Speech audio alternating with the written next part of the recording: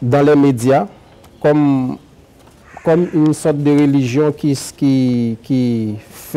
sème la terreur dans le monde. Et ça m'a intéressé à faire des recherches sur l'islam pour savoir exactement. Avant, je ne savais pas ce que c'était l'islam avant. C'était au début de 2013, j'ai commencé à entendre parler de l'islam dans les médias et dans mon pays. Et ça m'a poussé à commencer à faire des recherches sur ce que c'est vraiment l'islam. Et sur Internet, je faisais des recherches, et j'ai lu des articles, j'ai lu des livres qui parlent sur l'islam. Et j'ai pu constater que l'islam, c'était une religion monothéiste, bien sûr, qui parle de la foi en un seul Dieu, en un Dieu unique, et qui incite les gens à adorer un Dieu unique pour pratiquer le monothéisme.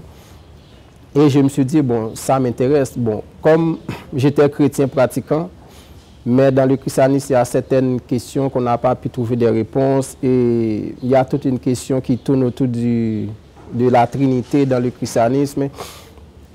Mon père, c'était un pasteur protestant. Il a eu des églises protestantes, mais malgré ça, comme j'étais intéressé à la spiritualité, je n'ai pas pu trouver une satisfaction spirituelle dans le christianisme. Et c'est ça qui m'avait poussé, comme je vois que c'était une religion. Et je me suis dit, il fallait que je fasse des recherches plus approfondies sur quoi l'islam, pour voir est-ce qu'il y a certaines choses dans cette religion qui peuvent m'intéresser.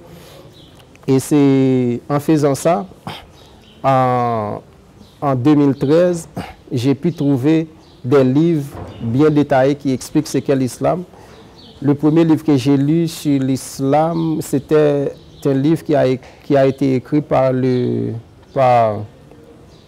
un musulman qui s'appelle Osman Nolito Bash. Le livre s'appelait Le secret de l'amour divin. J'ai lu ce livre et le livre, ça m'a été convaincu. J'étais très stupéfié en lisant ce livre et c'était très bien détaillé. L'islam était très bien détaillé dans ce livre et le cheikh a pu expliquer ce qu'est l'islam en détail. Que l'islam, c'était pas ça, ce n'est pas ce qu'on dit dans les médias qui c'est l'islam. L'islam, c'est plutôt une religion qui incite les gens à vivre dans l'amour, à s'entraider, à reconnaître qu'il n'y a qu'un Dieu et à adorer ce Dieu. C'est ça, le cheikh a expliqué tout ça dans les livres. Et en voyant ça, je me suis dit, il faut que ça m'a été convaincu. Et j'ai commencé à faire des recherches pour savoir comment je puisse faire pour devenir musulman. Et il y avait des musulmans qui venaient de la Jordanie, qui travaillaient dans une mission des Nations Unies en Haïti. Et je me suis renseigné et ils m'ont dit que ce serait plus facile pour que je trouve des gens dans la capitale de Port-au-Prince pour m'expliquer un peu plus en profondeur ce qu'est l'islam. Parce qu'ils parlaient anglais.